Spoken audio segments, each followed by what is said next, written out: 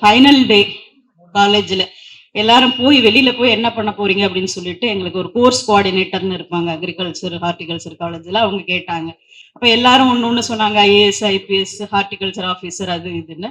எனக்கு வந்து நம்ம பயங்கரமா சாரை இம்ப்ரெஸ் பண்ண போறோம் அப்படின்னு சொல்லிட்டு நான் வந்து ஒரு நல்ல ஹவுஸ் ஒய்ஃபா இருக்கணும் சார் அப்படின்னு சொன்னேன். இமிடியேட்டா அவர் ரெஸ்பாண்ட் பண்ணாரு. அதுக்கேமா ஒரு ப்ரொஃபஷனல் கோர்ஸ் சீட்டை வேஸ்ட் பண்ண அப்படின்னு சொல்லிட்டு.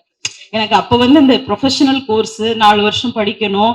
இதை வந்து இதே இந்த இடத்துக்கு ரீச் பண்றதே வந்து எவ்வளவு கஷ்டமான விஷயம். அந்த ஹார்டிகல்ச்சர் காலேஜ் தமிழ்நாடு அக்ரிகல்ச்சர் யூனிவர்சிட்டியில கிடைக்கிறதுக்கே எத்தனை பேர் தவம் இருக்கிறாங்க, எத்தனை பேருக்கு அது கட் ஆஃப் போயிருதுங்கிற அறிவு கூட எனக்கு கிடையாது.